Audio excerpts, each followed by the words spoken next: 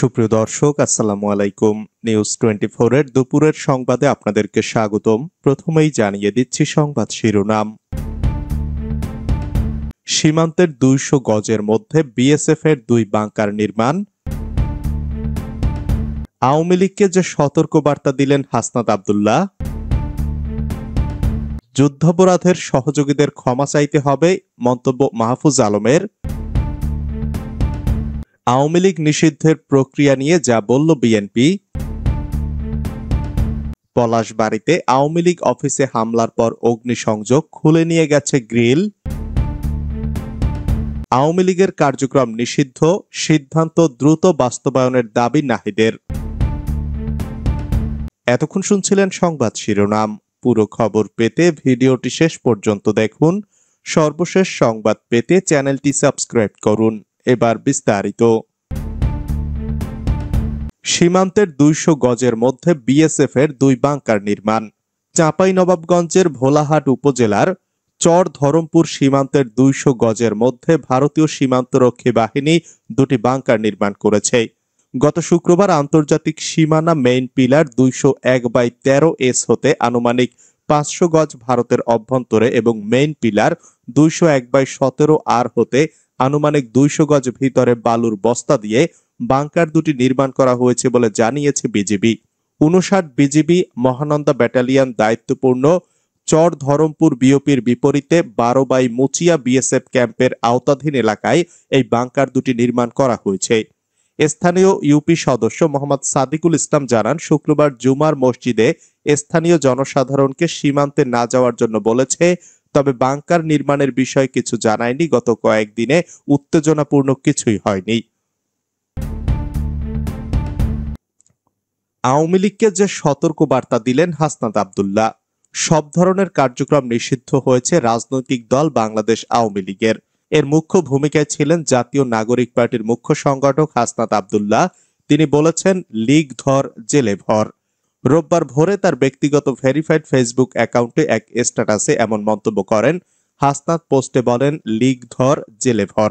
এর আগে শনিবার রাতে আওয়ামী লীগ নিষিদ্ধের খবরে সামাজিক যোগাযোগ মাধ্যম ফেসবুকে দেওয়া প্রতিক্রিয়ায় হাসনাত বলেছেন, আওয়ামী লীগকে নিষিদ্ধ করা সহ ছাত্র জনতা ঘোষিত 3 দফার একটি দফা বাকি থাকা পর্যন্ত ছাত্র জনতা রাজপথ ছাড়বে না। তিনি বলেন, 3 দফার একটি দফা বাস্তবায়ন না হলে আমরা এই রাজপথ ছাড়ব না। আমরা 5 আগস্টের অসমাপ্ত কাজ শেষ করতে এসেছি। হাসনাত বলেন, এই দাবিগুলো আমাদের সংগ্রামের মূল মন্ত্র। এগুলো কোনো রাজনৈতিক ছক নয়, এটি শহীদের রক্তের বিনিময়ে গঠিত দাবি। প্রিয় সংগ্রামী সহযোদ্ধারা, আপনারা ঐক্যবদ্ধ থাকুন, কোনো ষড়যন্ত্রের ফাঁদে পা দেবেন না। দাবি আদায় না হওয়া পর্যন্ত এই আন্দোলন চলবে। যুদ্ধাপরাধের সহযোগীদের ক্ষমা চাইতে হবে, যা বললেন মাহফুজ আলম। 71-এর প্রশ্ন মীমাংসা করতেই হবে এবং যুদ্ধাপরাধের সহযোগীদের ক্ষমা চাইতে বলেছেন তথ্য উপদেষ্টা মাহফুজ আলম। শনিবার দিনগত রাতে 2টি কথা শিরোনামে দেওয়া ফেসবুক পোস্টে তিনি এই দাবি জানান। মাহফুজ আলম তার ফেসবুকে লেখেন, 71-এর প্রশ্ন মীমাংসা করতেই হবে, যুদ্ধাপরাধের সহযোগীদের ক্ষমা চাইতেই হবে। বাংলাদেশের রাজনীতি করতে হলে পাকিস্তান পন্থা বাদ দিতে হবে। পাকিস্তান এদেশে গণহত্যা চালিয়েছে। পাকিস্তান অফিসিয়ালি ক্ষমা চাইলেও, তদুপরি আবারও ক্ষমা চাইতে রাজি হলেও যুদ্ধাপরাধের সহযোগীরা এখনো ক্ষমা চায়নি। ইনিয়ে বিনিয়ে গণহত্যার পক্ষে বয়ান উৎপাদন বন্ধ করতে হবে। জুলাইয়ের শক্তির মধ্যে ঢুকে স্যাবোটাজ করা বন্ধ করতে হবে। সাফ দিলে আসতে হবে। দ্বিতীয় কথা প্রসঙ্গে মাহফুজ আলম লেখেন, মুজিববাদী বামদের ক্ষমা নাই। লীগের গুম খুন আর সাপ্লাই মোদি বিরোধী আন্দোলনে হত্যাযজ্ঞের মস্তিষ্ক এরা 36 ডিভিশন। জুলাইয়ের সময় এরা নিকৃষ্ট দালালি করেও এখনো বহাল তবিয়তে আছে। আজ পর্যন্ত মুজিববাদী বামেরা কালচারালি ও ইন্টেলেকচুয়ালি জুলাইয়ের সাথে গাদ্দারি করে যাচ্ছে। দেশে বসে জুলাইয়ের পক্ষের শক্তির বিরুদ্ধে এরা চক্রান্ত করেই যাচ্ছে। লীগের এ সকল বি টিমও শীঘ্রই পরাজিত হবে। অন্য কারো কাঁধে ভর করে লাভ নেই। আওয়ামী লীগ নিষিদ্ধের প্রক্রিয়া নিয়ে যা বলল বিএনপি। আন্তর্জাতিক অপরাধ ট্রাইব্যুনাল আইনের সংশোধনী আনা হয়েছে। এর মাধ্যমে রাজনৈতিক দলকে শাস্তি দেওয়া যাবে। এই সিদ্ধান্ত কি ইতিবাচক হিসাবে দেখছে বিএনপি? দলের নেতারা বলছেন, একমাত্র বিএনপি আইন আদালতের মাধ্যমে আওয়ামী লীগের বিচার চেয়েছে। দেরি হলেও সরকার সেই পথে গিয়েছে। শনিবার রাতে গুলশান কার্যালয়ে বিএনপি চেয়ারপারসনের গুলশান কার্যালয়ে অনুষ্ঠিত দলের স্থায়ী কমিটির বৈঠকে দলের নেতারা এ অভিমত দেন। বৈঠকে বিএনপির ভারপ্রাপ্ত চেয়ারম্যান তারেক রহমান ভার্চুয়ালি যুক্ত ছিলেন।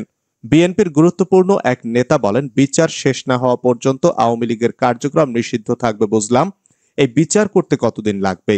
এটা তো বলেনি সরকার। তাহলে বিচার শেষ না হওয়া পর্যন্ত কি নির্বাচনও হবে না? ছাত্ররা যদি এমন দাবি তোলে যে বিচার কার্যক্রম শেষ না হওয়া পর্যন্ত নির্বাচন হবে না, তাহলে কি সরকার তাও মেনে নেবে? ওই অবস্থায় যদি বিএনপি নির্বাচনের দাবিতে রাজপথে নামে, তাহলে দেশের আইন শৃঙ্খলা পরিস্থিতি কোথায় গিয়ে দাঁড়াবে? এই অবস্থায় আগামীর জাতীয় সংসদ নির্বাচনের বিষয়ে সরকার তার স্পষ্ট অবস্থান না জানালে নির্বাচন নিয়ে ধোঁয়াশা আরো বাড়বে। গত 10 ফেব্রুয়ারি প্রধান উপদেষ্টার ডক্টর মোহাম্মদ ইউনূসের সঙ্গে বৈঠকে বিএনপি লিখিতভাবে গণহত্যা ও মানবতা বিরোধী অপরাধের দায়ে আওয়ামী লীগকে বিচারের মাধ্যমে নিষিদ্ধ করার দাবি জানিয়েছিল। এ বিষয়ে শুক্রবার বিএনপি মহাসচিব মির্জা ফখরুল ইসলাম বলেন, সরকার চাইলে আইন আদালতের মাধ্যমে আওয়ামী লীগকে নিষিদ্ধ করতে পারে। পলাশবাড়ীতে আওয়ামী লীগ অফিসে হামলার পর অগ্নিসংযোগ, খুলে নিয়ে গেছে গ্রিল।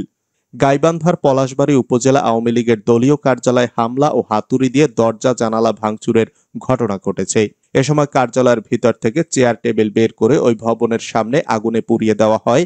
শনিবার বিকাল 5টার দিকে পলাশবাড়ী উপজেলা পরিষদের গেট সংলগ্ন বঙ্গবন্ধু মার্কেট ভবনের 2য় তলায় দলীয় কার্যালয়ে এ ঘটনা ঘটে।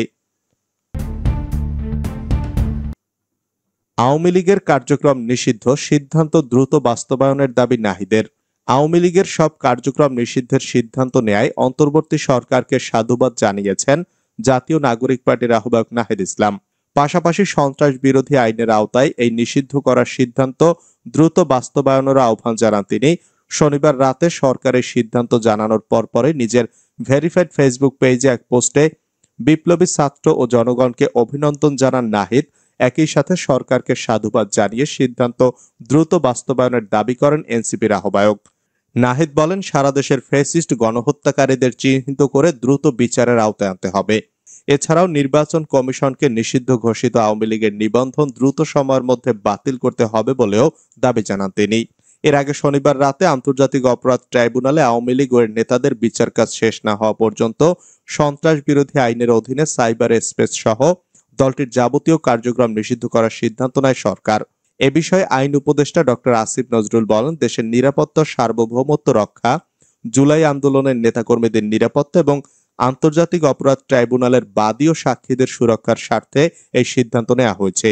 তিনি আরো জানান, এ বিষয়ে প্রয়োজনীয় পরিপত্র পরবর্তী কর্মদিবসে প্রকাশ করা হবে। সরকারের এই সিদ্ধান্তের পর হোটেল ইন্টারকন্টিনেন্টাল এবং প্রধান উপদেষ্টার বাসভবন যমুনার সামনে শত শত বিক্ষোভকারী আনন্দ মিছিল করেন।